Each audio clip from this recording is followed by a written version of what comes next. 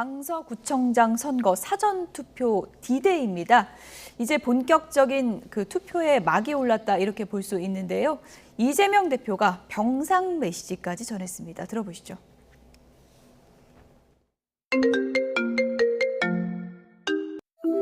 반갑습니다. 더불어민주당 대표 이재명입니다. 오는 6일과 7일 이틀 동안 사전투표가 진행됩니다. 딱 3표가 부족하다 이렇게 생각해 주십시오. 자랑스러운 동지 여러분의 애국심과 애당심을 믿습니다. 고맙습니다. 네, 병상에서까지 메시지를 전한 이재명 대표 모습을 봤는데 지금은 대장동 사건 관련해서 재판을 받고 있는 상황이고요. 병상에서 메시지를 냈다는 건 그만큼 이번 선거 중요하다 이렇게 생각한다는 건데 오늘 뭐 지원 유세 갈 수 있다 이런 얘기도 있던데 가능성이 있는 겁니까? 글쎄요. 일단 법원으로 출석을 했기 때문에 예. 그 이후에 잠깐이라도 들렸다가 가실지 아니면 바로 병원으로 가실지 그것은 아직 알려지지 않고 있는데요.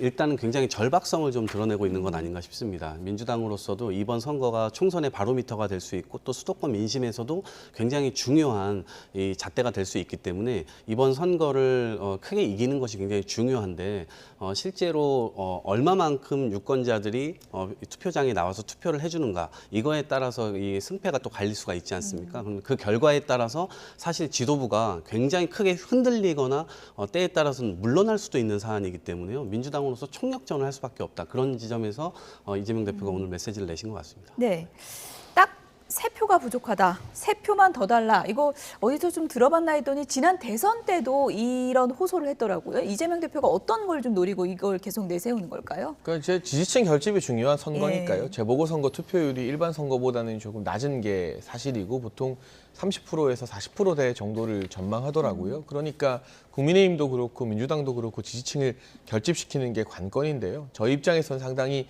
어려운 선거입니다. 강서구 지역 국회의원 3명 다 민주당이고 예. 원래부터 험지였던 것을 대선과 지난 지방선거 때 윤석열 대통령의 바람으로 가까스로 이겨냈던 것이기 때문에 겸허한 도전자의 입장으로 이 선거를 대하고 있는 것이고요. 다만 또 중요한 것은 이 지방선거 자체가 중앙정치 이슈에 매몰될 것이 아니라 누가 더 지역의 민원을 해결하고 재개발이나 인프라 등을 유치하는 데 적합하고 유능한가를 관점으로 따져봐야 한다는 생각을 하고 있고 이제 민주당 후보 진영에서는 정권 심판 이야기하는데 구청장 하나 바뀐다고 정권 심판 전혀 안 되고요. 강서구 주민들에게 필요한 것은 정권 심판이나 뭐 이러저러한 중앙정치 이슈가 아니라 빌라를 아파트로 만드는 것, 건폐장을 이전하는 것, 그리고 모아타운 같은 이 공공주택을 유치하는 것 등등 피부에 와닿는 재개발 이슈가 아닐까 싶습니다. 예, 병상 메시지를 보낸 이재명 대표에 맞서서 김기현 국민의힘 대표는 힘 있는 여당 후보 이렇게 부각을 했습니다. 들어보시죠.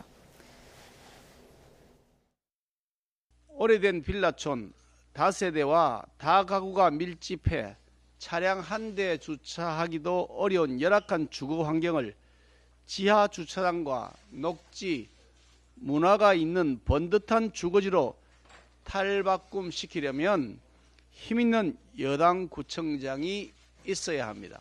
고도 제한 완화를 조속히 해결하려면 대통령, 국토교통부 장관, 서울시장과 직통 핫라인이 있는 여당 구청장이 꼭 필요합니다.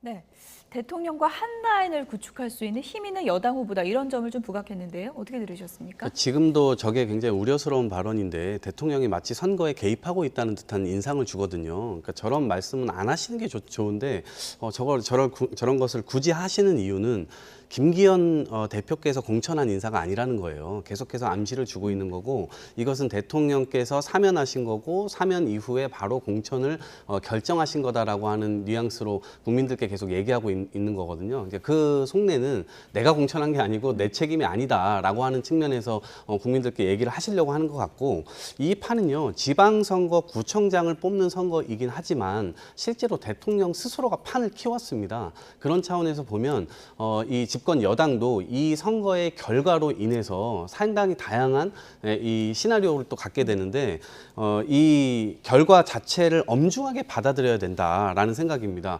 국민들께 의원님께서 지금 저도 강서 가봤지만 실제로 예. 굉장히 화가 많이 나 계세요. 김태우 후보는 쳐다도 보지 않습니다. 오히려 윤석열 대통령에게 굉장히 많이 화가 난 모양새이기 때문에 그러한 측면에서 이번 선거에서 그러한 민심들이 드러나면 여당이건 야당이건 이 민심은 그대로 받들어야 된다라고 하는 생각입니다. 네. 이번 선거의 승패에 따라서 여야의 희비도 엇갈릴 것 같은데요. 박지원 전 국정원장과 이준석 전 대표는 또 이런 전망을 내놨습니다. 그래픽으로 좀 보시면요. 박지원 전 원장, 강서구청장 선거 지면 김기현 대표는 아웃이다. 아마도 권영세 비대위가 뜨지 않을까 이런 전망을 했고요. 이준석 전 대표는 선거 진다면 원희룡 비대위로 갈 거다 이런 전망을 내놨습니다. 장해찬 최고위원님, 저 전망 가능성 높은 겁니까? 그러니까 두 분 다 공통점이 있는 것 같아요. 예. 한 분은 좀 나이가 많으시고 한 분은 젊으시지만 정치 그만하실 때가 된 분들이다. 감이 떨어진 네. 겁니까? 그렇죠. 뭐 맞는 전망을 하신 적이 없잖아요. 예.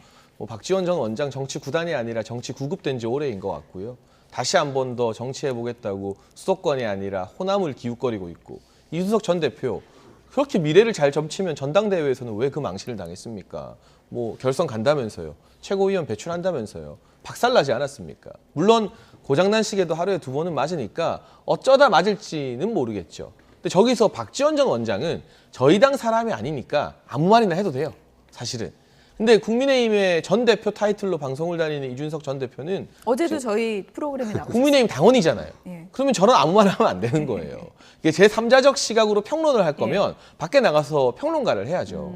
당의 이름을 걸고 방송을 다니고 인터뷰를 하는 사람이라면 이 본인의 전망이 어떻든 우리 지지층에게 희망적인 메시지를 줄 책임과 의무가 있는 겁니다. 그런데 이건 내 선거가 아니다. 팔짱 끼고 뭐 18% 진다. 더 졌으면 좋겠다는 식의 재를 뿌리는 것은 정당인으로서 최소한의 책임감과 의무도 없는 일이고요.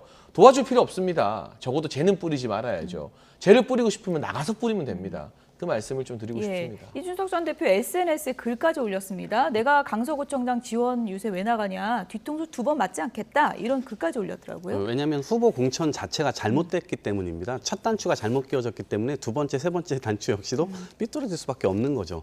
박지원 전 원장께서 이런 말씀을 하신 거는 국민의힘 지도부가 좀 이런 부담을 좀 알았으면 좋겠다라고 하는 것이고요. 윤석열 대통령에 대해서 모르고 한 발언은 아닌 것 같아요. 저는 윤석열 대통령이 지금 역사상 이런 이 말을 이렇게까지 잘 듣는 여당 대표가 있었던가 살펴보면 없었거든요. 대부분 다 자기 정치를 조금이라도 자기 철학과 소신에 맞게 하려고 했었지 이렇게까지 대통령에 납작 엎드리는 여당 대표는 처음 봤거든요. 그런 차원에서 보면 어차피 4월 총선에서의 공천도 대통령이 좀 하려고 할 텐데 그러한 지점에서 말을 잘 듣는 당대표가 필요하죠. 그러니까 저는 이번 선거를 진다 하더라도 재신임할 가능성이 있다. 근데 그것은 당원들이 해야 되는 것인데 대통령이 그냥 재신임하면 다시 또 그냥 다 일사불란하게 움직일 거라서 윤석열 대통령이 뜻대로 그냥 가게 될 것이다. 이렇게 예측합니다. 네, 어쨌든 뭐 선거지면 비대위 뜬다고 전망을 한 이준석 전 대표 요즘에 언론 인터뷰를 굉장히 활발히 하고 있는데요. 문제는 이제 총선 때 공천을 받을 수 있을 것인가 이 부분인데요. 이런 전망이 나왔습니다. 들어보시죠. 유승민, 이준석 공천 못 받습니다. 그러니까 국민의힘에서? 빨리 나가는 게 맞다 이래 봐요. 아니 근데 일각에서는 노원이 쉬운 것도 아닌데 이준석 전 대표한테 공천 줄 가능성도 크다는 얘기 아직까지. 국민의힘에서 하는데 아직까지 윤석열 대통령을 모르는 일이다. 그게 무슨 말씀이에요? 윤석열 대통령은 네. 싫은 사람은 같이 안 갑니다. 제가 보기에는 이준석, 유승민은 같이 가기 힘들다. 네, 이준석은 같이 가기 힘들다라고 한 조원진 대표의 분석, 날카로운 분석입니까? 어떻게 보십니까? 근데 저는 개인적으로 이준석 전 대표 공천 주고 안 주고가 지도부로서 제 관심사가 아니기 때문에 그걸 벌써 지금 언급할 문제도 아니고요.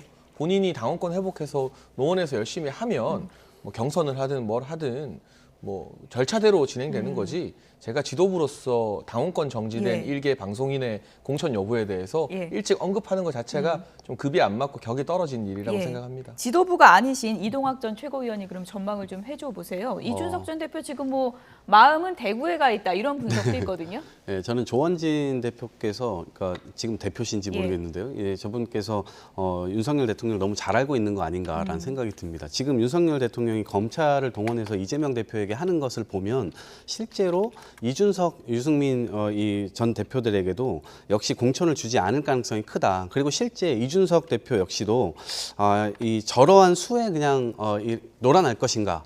그런 판단을 하지는 않을 것 같습니다. 그래서 실제로 먼저 움직일 가능성이 있고 그게 대구로 나가든 아니면 뭐 수도권에서 어떤 젊은 정당을 만들든 여러 가지 측면에서의 분화는 저는 불가피하게 자행이 될 것 같다라는 예. 생각입니다.